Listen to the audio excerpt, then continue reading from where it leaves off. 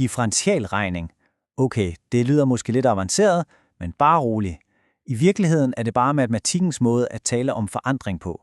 Og vi skal se, hvordan det hele hænger ret logisk sammen. Ja, for tænk over det. Alt omkring os forandrer sig hele tiden. Men hvordan kan vi med matematikken zoome helt ind på et enkelt øjeblik og måle præcis, hvor hurtigt noget ændrer sig lige nu?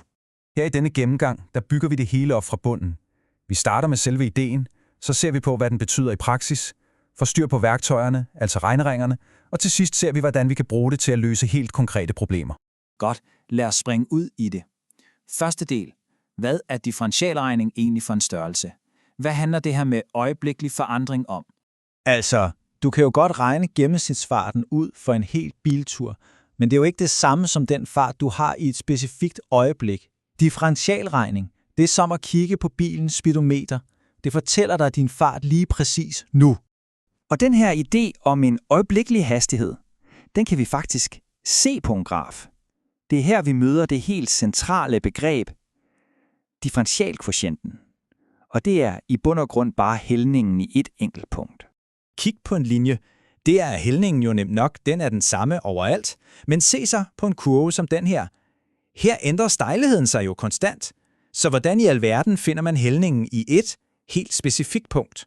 Svaret hedder differentialkvotienten. Det er det officielle matematiske ord for hældningen af den linje, der kun lige akkurat strejfer eller rører kurven i lige præcis det punkt, vi kigger på. Den linje kalder vi en tangent. Og her er tricket til at forstå det.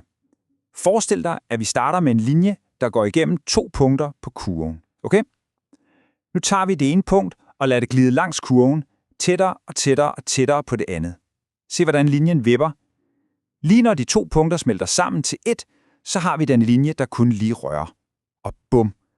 Der har vi tangenten, og dens hældning, det er differentialkvotienten.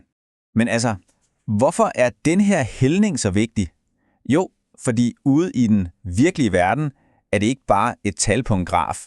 Det repræsenterer en helt konkret hastighed, som tingene forandrer sig med. Det her eksempel fra formelsamlingen siger det hele. F-mærke af 5 er 0,31. Det betyder, at lige præcis da dyret var 5 måneder gammelt, der voksede det med en hastighed, der svarer til 0,31 kilo per måned. Det er et øjebliksbillede af væksten. Så uanset om vi taler om en elefantsvægt, en plantes højde eller en bils acceleration, så giver differentialkvotienten os svaret på spørgsmålet, hvor hurtigt lige præcis nu. Heldigvis behøver vi ikke at sidde og tegne grafer og tangenter, hver gang vi skal finde en differentialkvotient. Nej, matematikken har udstyret os med en smart værktøjskasse fyldt med regneregler, der gør alt arbejdet for os. Her er de vigtigste byggeklodser direkte fra din formelsamling. Dem skal du kende. Især den for potensfunktioner, altså x opløftet i a, den er super vigtig og bliver brugt hele tiden. Det er de her regler, der lærer os differentiere funktioner hurtigt og korrekt. Lad os lige prøve at bruge dem. Tag funktionen f af x er lig med 4x i anden. Først ser vi, at vi har en konstant 4 og en funktion x i anden.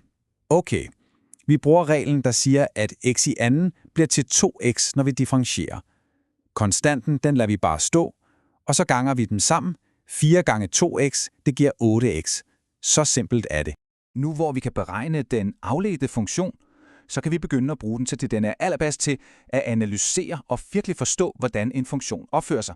For det er jo lige præcis det her differentialkvotienten kan fortælle os. Den her nøglen til at afkode hele funktions rejse, hvornår den går op og hvornår den går ned. Den her metode, en monotomiundersøgelse, er vores køreplan.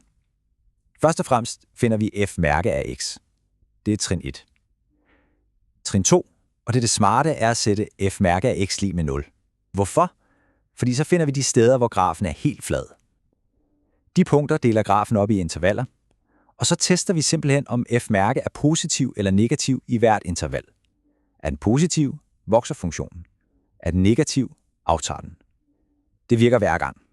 Og her kan vi se det helt tydeligt. Der hvor f-mærke er positiv, altså over 0-linjen, der er grafen for f voksende. Den går opad. Og der hvor f-mærke er negativ, der er grafen aftagende. Den går nedad. Sammenhængen er helt direkte. Og den her viden, den fører os direkte til en af de allermest kraftfulde ting, vi kan bruge differentialregning til: optimering. For nu kommer den helt store pointe.